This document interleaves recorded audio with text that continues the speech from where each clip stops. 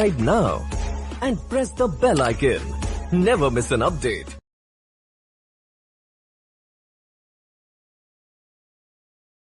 Right, yesterday we guys did 12:31, 12:45, 12:50. Do you guys, I hope everybody remembers what it is. What is the most tax beneficial section? 1231. Very good. What does 12:45 stand for? What kind of assets are covered in 12:45? Depreciation. Right, 12:50. Anybody else? What is the meaning of recapture? Deductions taken earlier will come back as income. Very good. Depreciation, if it has been Taken. taken earlier, then it will come back as a ordinary income. Okay, we'll start with installment sales now. A sale is not happening in one transaction. Installments are happening. That means the sale proceeds are probably spread over to next tax years. This is why it is important. If all the money has come in 1 year itself, again it will be considered a sale in that very year itself. So it's not different than regular sale. So installment method must be used to report installment sales. Whenever there is an installment sale, we should use installment method. What is it? We'll go over that, but we should use that. Again, IRS has no problem if you want to go and say that I want to make sure all the tax is being paid in this year itself. Maybe the money will come after 4 years. They said, yeah, they'll be fine with it. But if it's an installment method, we'll usually go with installment. If it's installment sales, we'll go with installment method. Unless we tell IRS that we don't want this method. So we'll have to file an election. We'll have to tell that, okay, we don't want to go ahead with that method. We will just go ahead and report everything in 1 year itself. Doesn't matter when the money is being collected. It's not very good idea. It might be it could be cash flow wise, it may be detrimental to the taxpayer, but fine if they want to do that. What is installment? Installment sale is a disposition of property in which at least one payment has to be received after the close of tax year. This is important. So the payments are spread out between different tax years. And that's why it becomes a bit complex. It's complicated. Why? Because we need to understand how much sale we need to report in this year versus next year versus third year, fourth year. If there is a profit on the sale, how the profit should be reported in every year. It should not happen that you're taking all the profit in say third year or fourth year. So that's what we need to see. It do not apply to the following disposition because these are not considered to be property and all. Personal property, sales, inventory, any other revolving credit, personal property and all. Securities generally publicly traded, we will not go, because if it's publicly traded, typically there could be a delay in getting the payment and all. It may go to the next year, but we have to go with the date of the sale, not when the settlement takes place. We have seen that earlier. The settlement may take up to 5 days, 10 days and all. It may actually happen that the settlement day falls in the next year. Not excluded from installment sale deferral are again certain sale of residential lots, timeshare and all. So these are applicable, these are eligible for installment sale. Property use of producing farming business. It might be, these are all big property, and typically that's when the installment sale will come into the picture. That if one is buying a land or property or buildings and all, since typically it's a big transaction, there might be extra time involved in making the payment. So how do we recognize the gain there? The amount of realized gain to be recognized. Okay, let's pay attention once again, everyone here. The amount of realized gain to be recognized in a tax year is equal to the gross profit multiplied by the ratio of payments received in the current year divided by total contract price. So what we have to say is, first we have to calculate what is the gross profit ratio. What is the gross profit percentage? Then we need to apply that to the payments which are received in that particular year. Obviously divided by the total contract price, because total contract price will be the 100% of the price. Okay, we'll go over some example that will make it clear.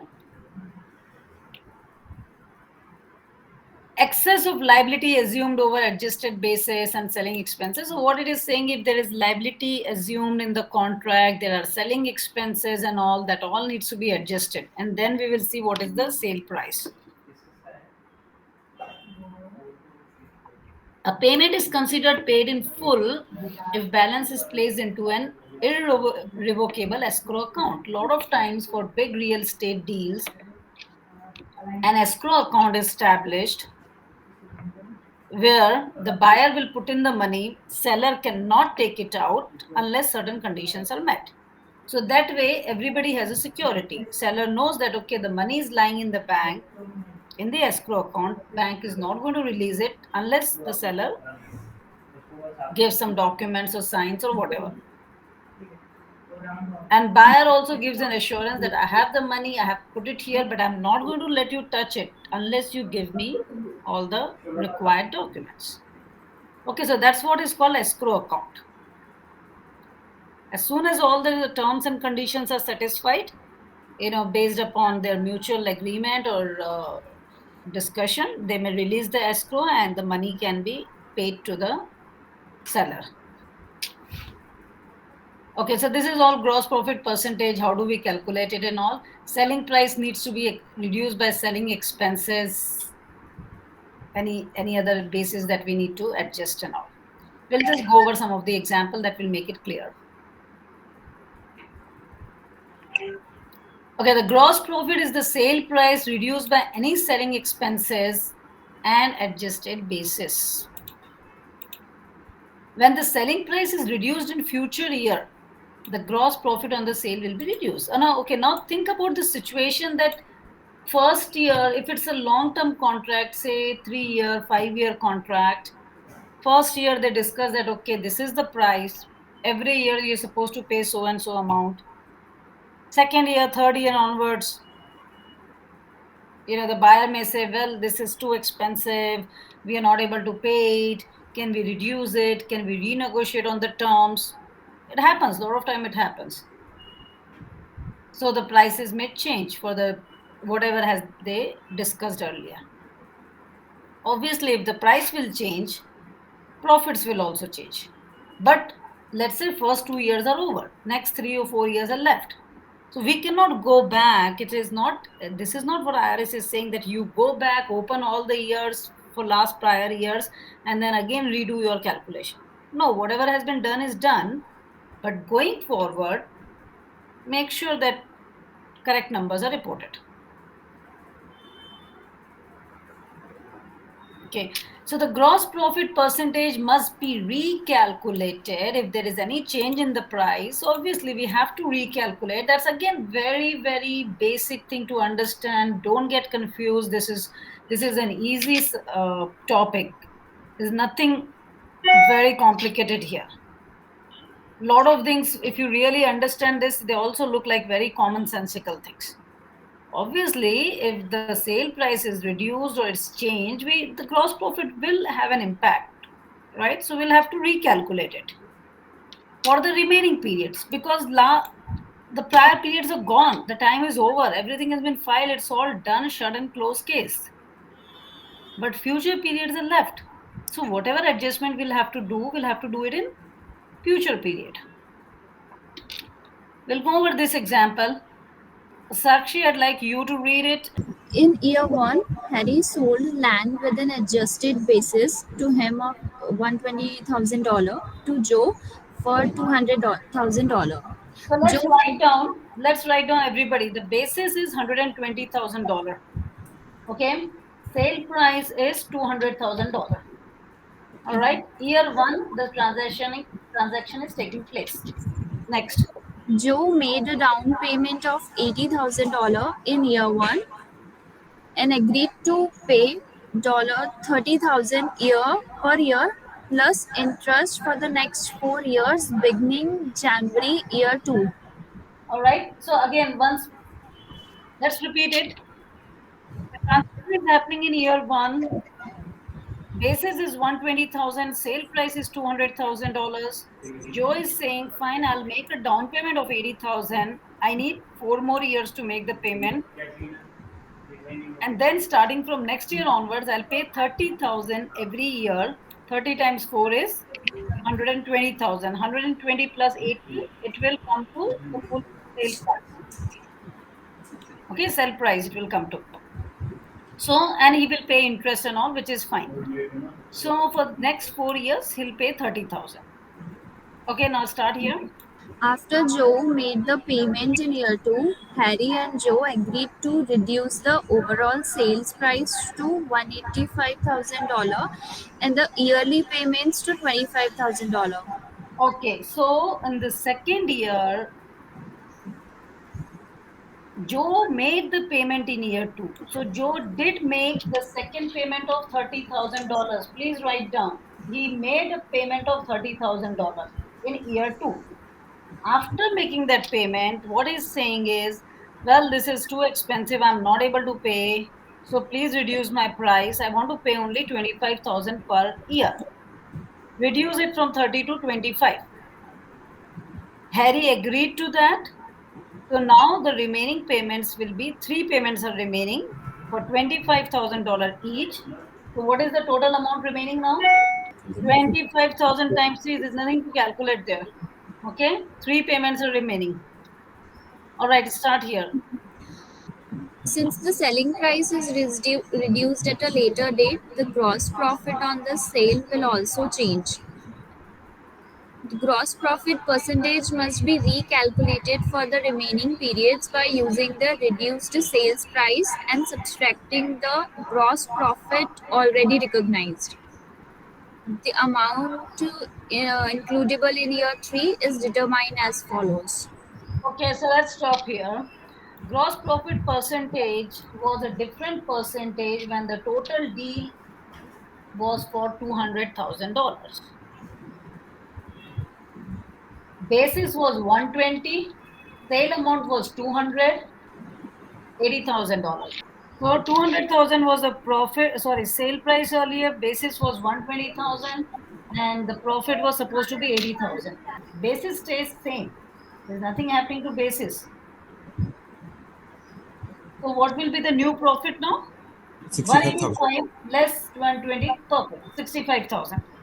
Okay, so we know both the situation. Okay, now let's see what's happening. The new profit is going to be $65,000. And what is the gain recognized till date? How much payments were made? We said that 80,000 payment was made in year one, 30,000 payment was made in year two. Earlier, the original profits were 80,000. So we will take this ratio 110,000 times 80 divided by 200,000 original price. So 80 divided by 200,000, how much does that come to? That will be our gross profit percentage. 40 times 110 equal to, it comes to 44,000. So this is the gain which is already recognized because 110,000 payment has been made.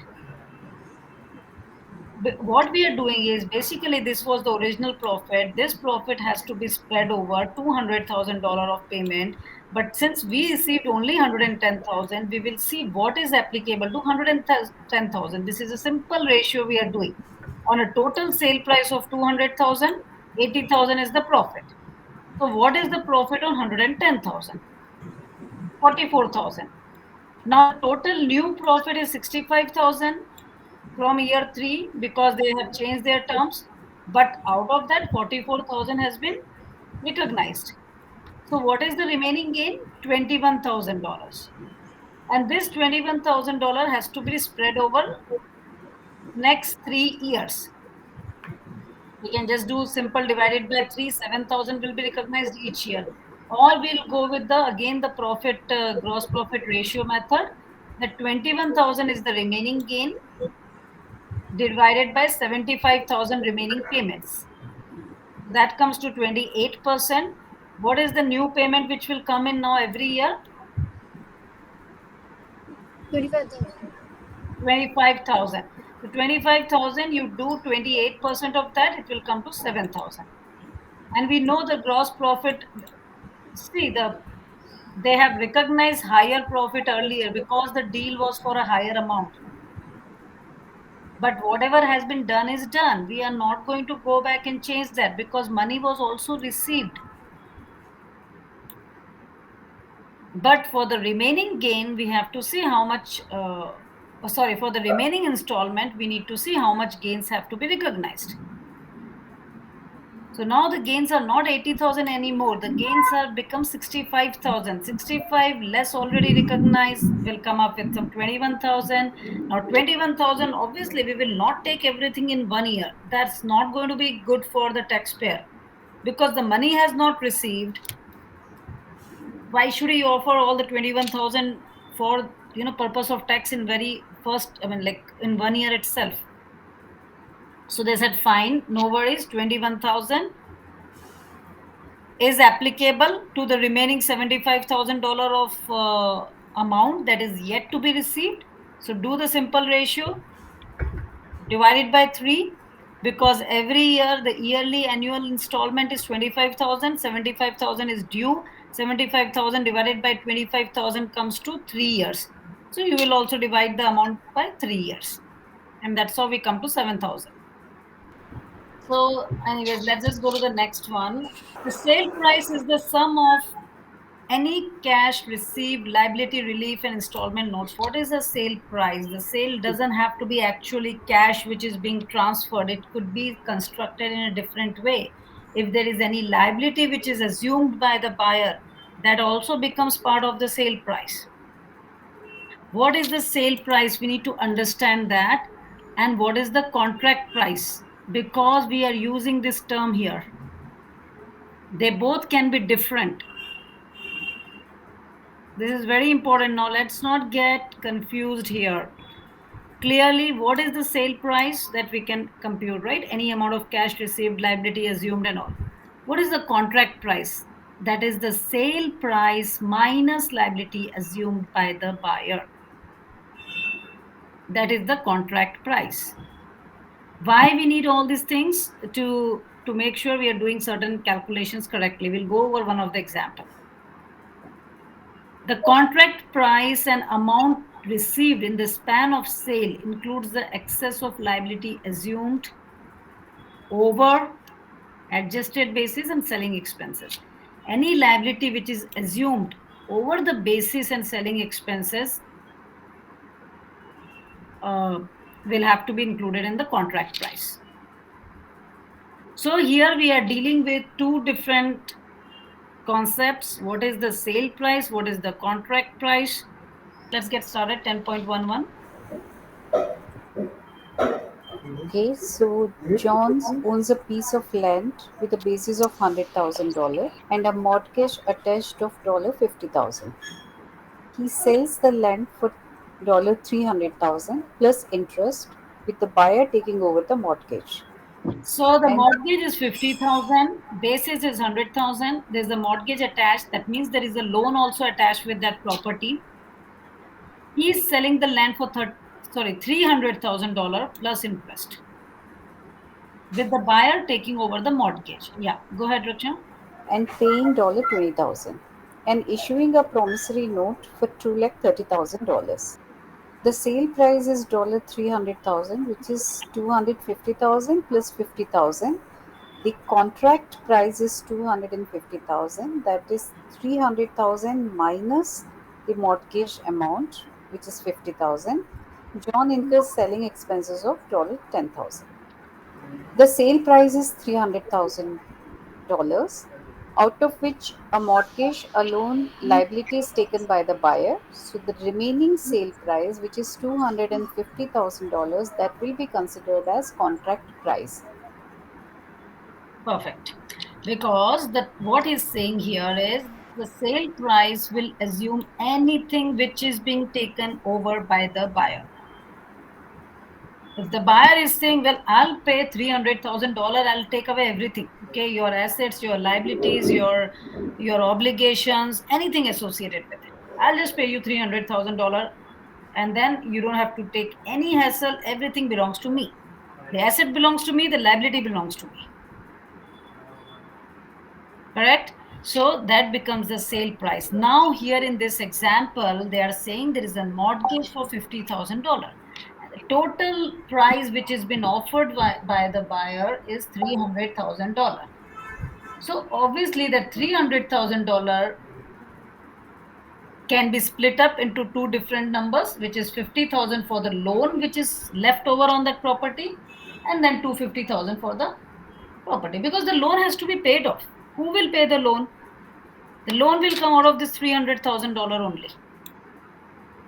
So that's fine. Then we are just breaking down this 300,000, saying that, okay, we will pay 50,000 towards your loan. We will, get it all wiped off. We will release it. You'll be free from loan.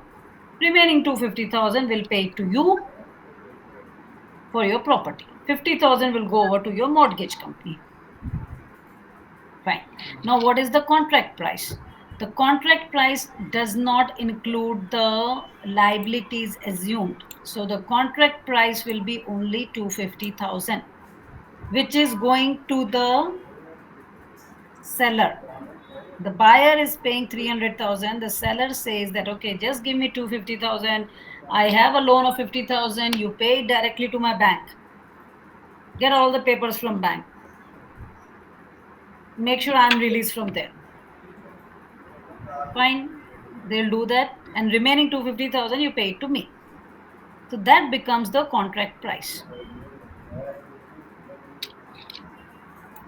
What they're saying here is that do not exceed the shareholder basis in the property. What is the basis? $100,000. The liability assumed should not exceed the basis in the property. What is the liability assumed? $50,000. If the liability assumed is going to be more than the basis, we have to, there's another example, we have to go over that. The contract price and the amount received includes the excess of liability assumed over the basis and selling expenses. Again, in this case, this is a bit different because the basis is 100,000, liability assumed is 50,000. The liability is not exceeding shareholder basis. So we know that this is the contract price. We will see a different example now where the liability is going to be higher than the basis. Let's read this, Raksham.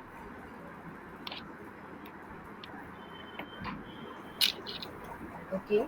If the mortgage attached in the example 10.11 were $140,000, the selling price would be $390,000. That is 250K what he has promised to pay him, and 140K, that is the mortgage amount. Correct. The contract price The would be selling price, we all are clear, right? 250K will go to the seller, 140K will go towards the mortgage company, right? So now the selling price is 390. But what is the contract price in this case? Yes, go ahead. The contract price would be $280,000, which is the selling price minus 140K of the mortgage amount plus 30,000 excess of mortgage assumed over the basis plus selling expenses. Can you explain this, Raksha? How are we coming up with 30,000? This is very clear to me.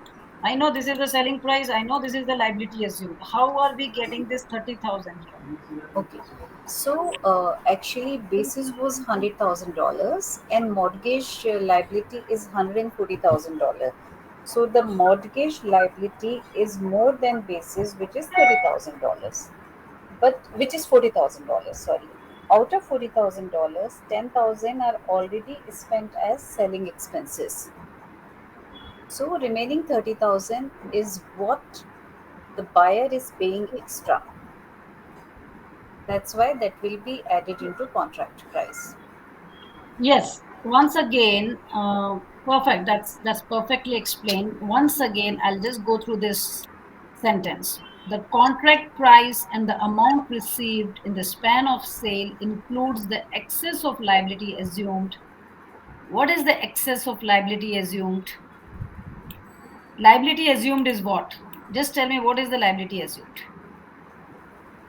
$140,000. Okay, 140,000 over. That means we are going to write here 140 over meaning I'm going to minus sign. What are they saying here? Adjusted basis, And what is that? $100,000. What is the next amount? Selling expenses, What is that? $10,000.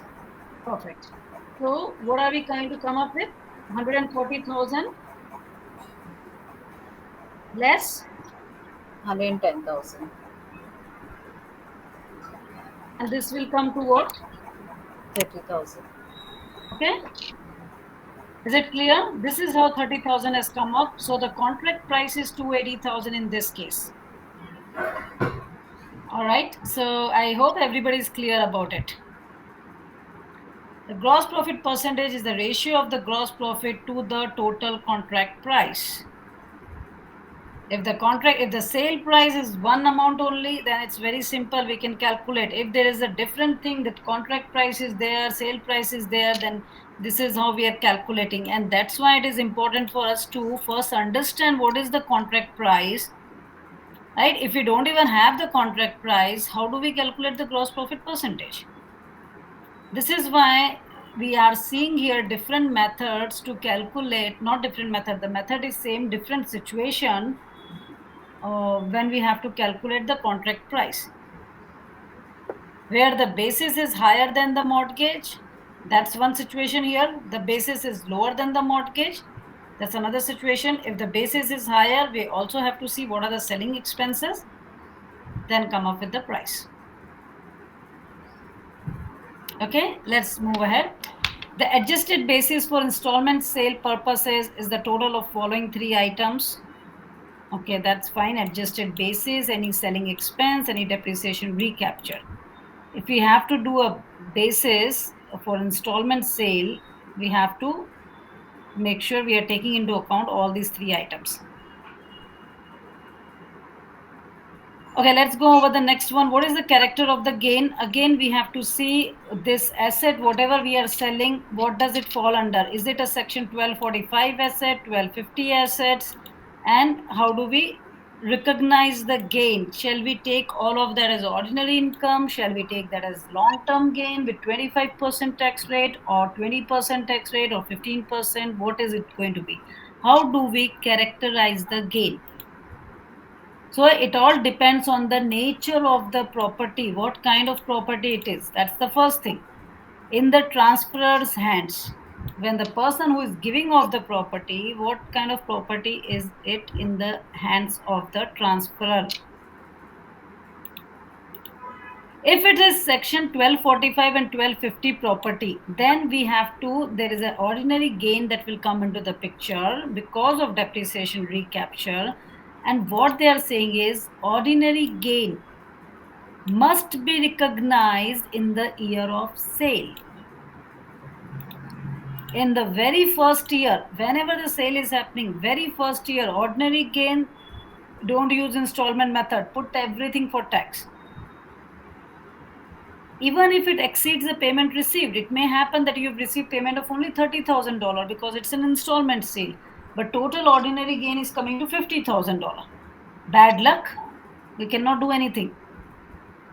Just feel sorry about it. It is bad luck, but go ahead and pay your taxes on 50,000, even though you've actually collected only 30,000 in installment.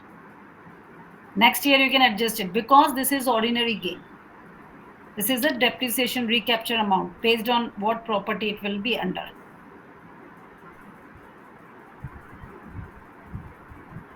Okay, if taxpayer sells property,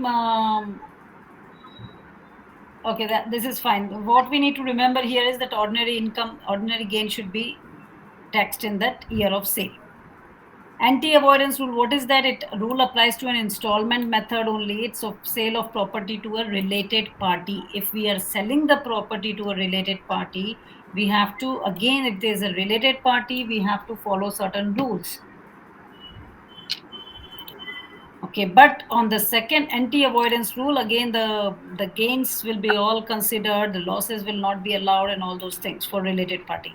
But on second disposition, the second subsequent sale, okay, the payment received must be treated as payment received by the person who made the first installment. So basically, we have to see who was the person, like who sold off in the very first place, and how would that person would have treated it. Because it was a related party, we did not give good tax treatment and all. But if it's a subsequent sale which is happening to a non-related party, we need to understand if we need to make any changes.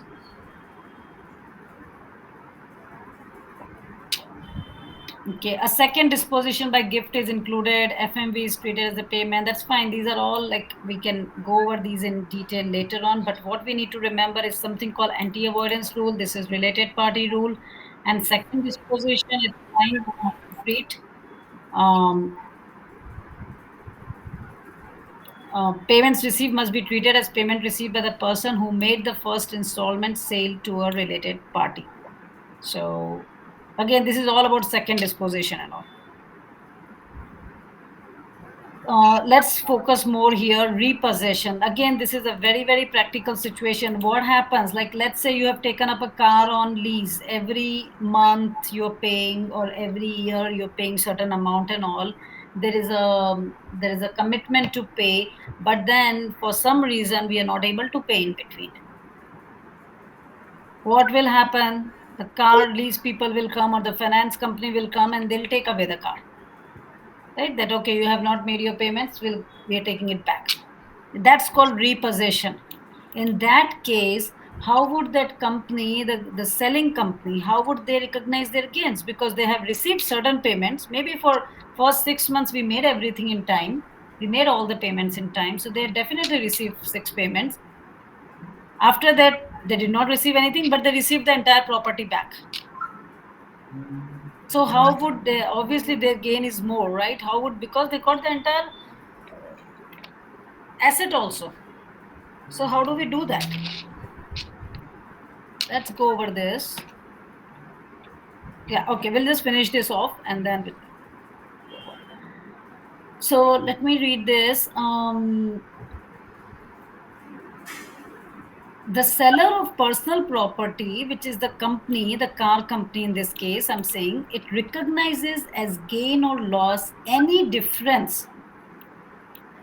Gain or loss, it can also be a loss if the car is damaged and all, and if it's really in bad condition, it can be loss for them.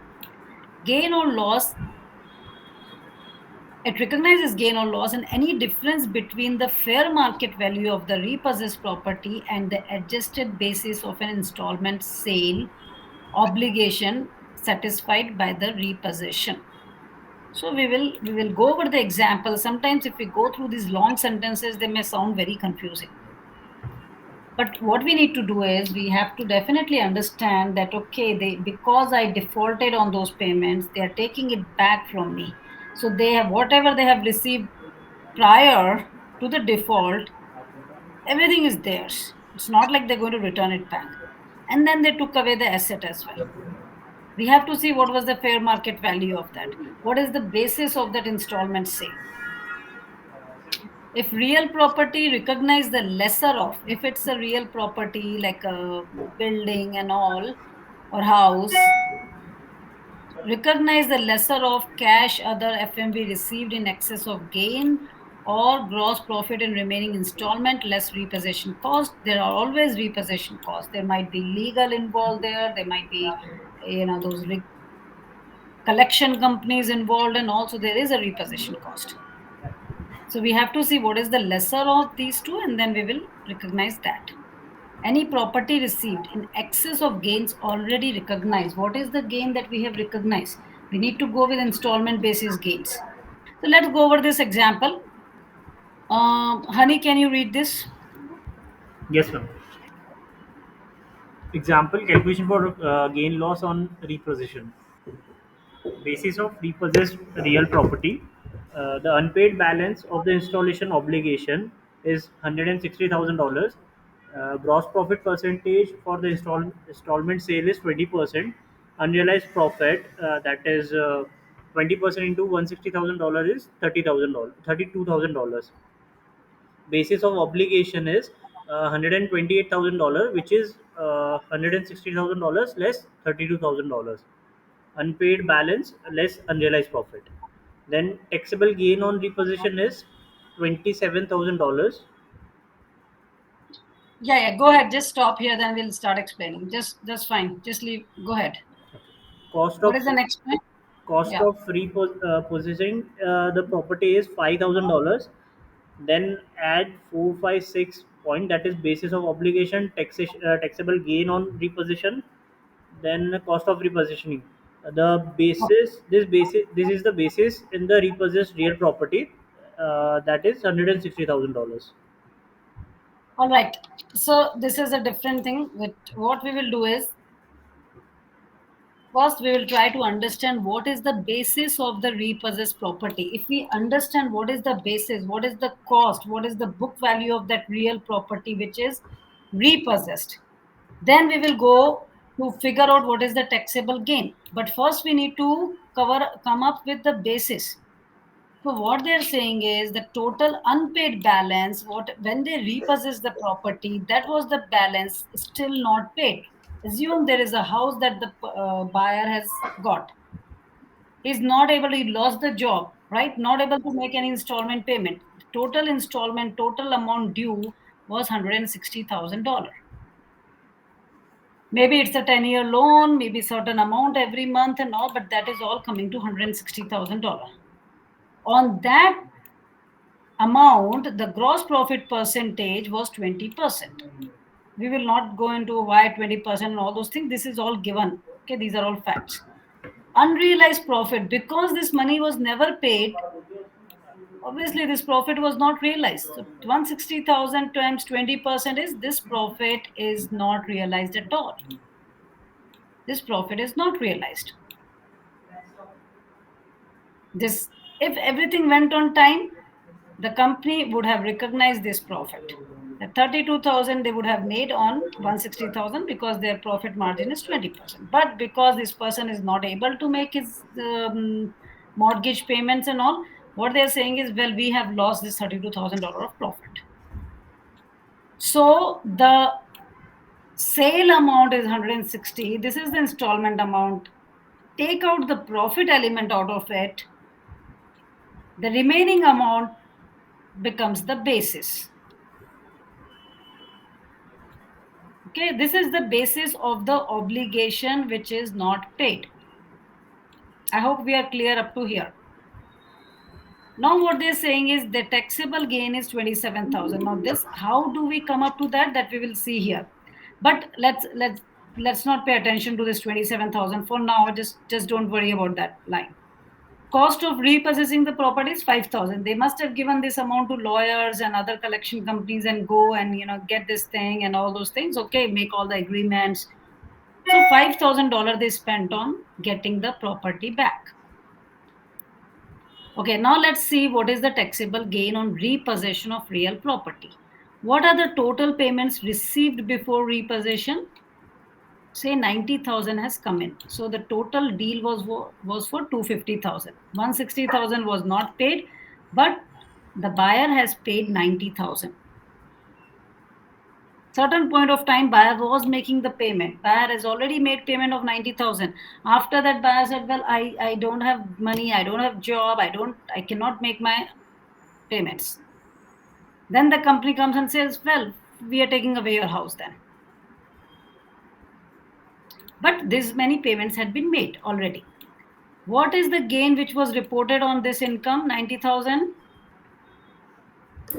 90,000 into 20%, ma'am? Perfect. Because the gross profit percentage is 20%. This is a standard percentage. 90,000 what they have received, out of that 90,000, 18,000 was their profit. And 72,000 was their basis. Earlier 90,000 was their 18,000 was their profit, 20%. But now they took everything back. So this is the gain on repossession.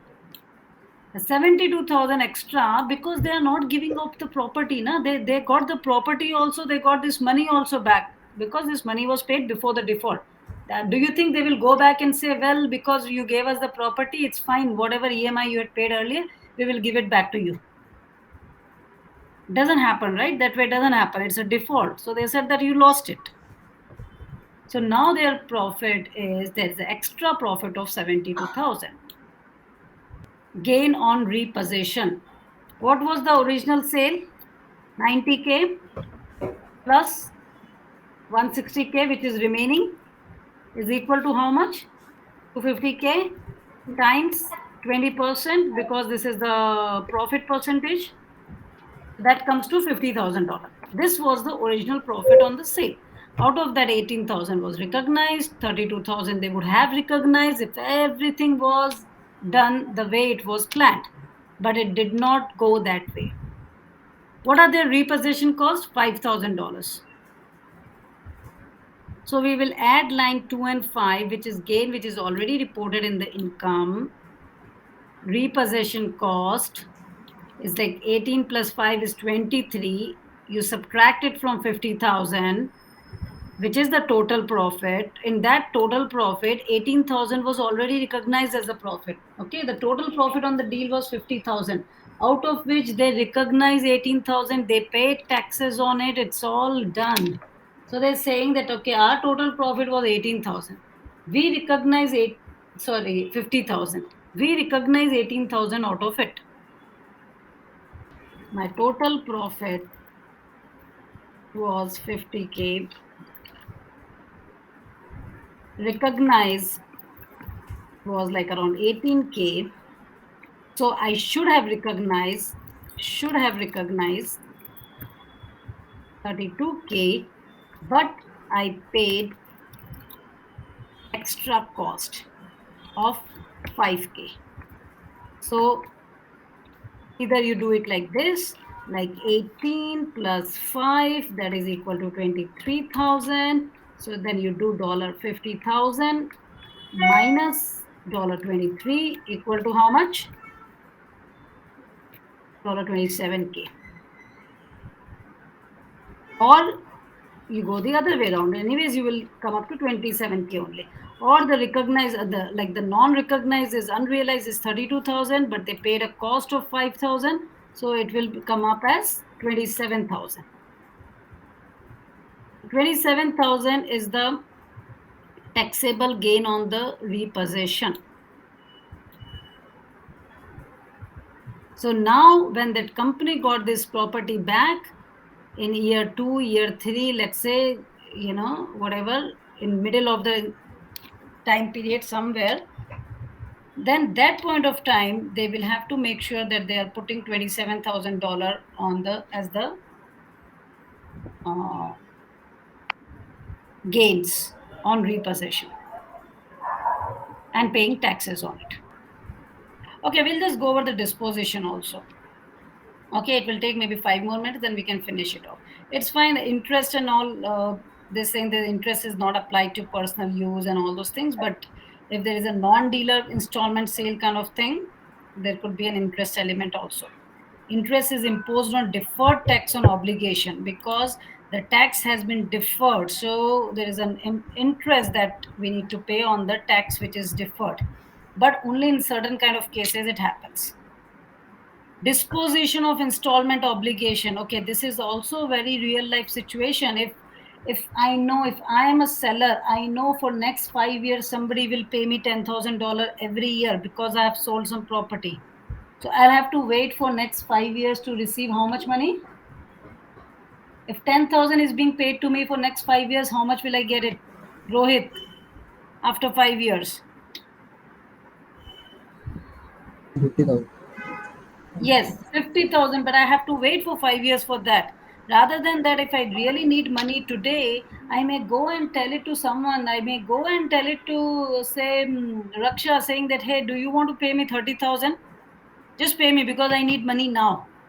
So basis is 20,000, sale is 80,000, 60,000 is the absolute gross profit in terms of dollars. Now let's understand what is from this line. And made a down payment of And made a 25,000. down payment of 25,000 in a year one and agreed to pay 11,000 per year plus interest for next 5 years. So, okay, so 25,000 is made right now. 25,000 has been paid. 11,000 times how many years? Next 5 years. How much does it come to? 55,000. What is 25 plus 55? 80K. 80,000. 80. Well, this is how the 80,000 will be paid off. Right? 25,000 in down payment and 11,000 every year for next 5 years. Okay, go ahead. Before the year 3 payments were made, Bob sold the installment obligation for 30K and the face of the amount. So next 4 installments were still left. But before that payment, so the face amount of the obligation is 44,000. What is the basis of the obligation? Is 11,000. Why? Let's see here. 44,000. We will have to see what is the 44,000. What is the gross profit on that? Let's calculate what is the gross profit on 44,000. All I'm saying is that 44,000 is the selling amount. Simple. It's very, very simple. 75% is the gross profit. So what is the gross profit? 33,000. Perfect. 44,000 times 75%. Let's pay attention here. Okay, it's really not that complicated. 33,000 is the gross profit. If this is the gross profit, if my sale price is 44, my gross profit is 33, what is my basis? 44 minus 33. The basis is 11,000. Yes. The basis is 11,000. So when Bob is selling the obligation for 30,000, we are saying that out of this 30,000, the basis is 11,000. Anything above 11,000 will become his profit. So now 30,000 minus 11,000 is how much? Okay. 19,000. Yes, so this is the gain. This is the gain of 19,000 because 30,000 is the amount realized and 11,000 is the basis. But now Bob will not pay for next, he will not wait for next 4 years, and he's not like, okay, I will put this money, which is gain realized, I'll make sure it is getting taxed every year, small amount. No, because now there's no installment. Not for Bob. Whomsoever he's selling it to, that person will do their own accounting and taxes. But for Bob, he just received everything in 1 year. Obviously, he received a lower amount. So his profits will be lower now. But how do we calculate? Because our initial gross profit percentage was 75. So we'll say, fine, in 30,000 also, we will take away, what is the face value of the obligation for 30,000? It was actually remaining was 44,000. If Bob had waited for 4 years, he would have got $44,000 amount. On that $44,000, his gross profit was 33%, because remember his profit percentage is very high here, 75 gross profit percentage. So out of 44, 33,000 he would have made profit. And how much was his cost? Only 11,000. So what we'll say is fine. Okay, let's just take whatever the remaining cost is. You reduce your selling price of 30,000 by that thing, and the remaining amount should be put up for tax in the year 3. Everything should be going in year 3 and then close the case. There's no more installment application, everything is done. There are certain exceptions, transfer between spouse and control corporation and all. There are certain exception. We cannot take, these kind of situation. Disposition of obligation by the following events can result in the transferee treating payments as the transferor would have. So the original transferor, the way they would have treated the payment, what is the nature of the property in their hand, the same thing they would have to do it in these kind of cases. Okay, if it's a transfer between spouses and if it's upon death and all those things. All right, so we'll close it here.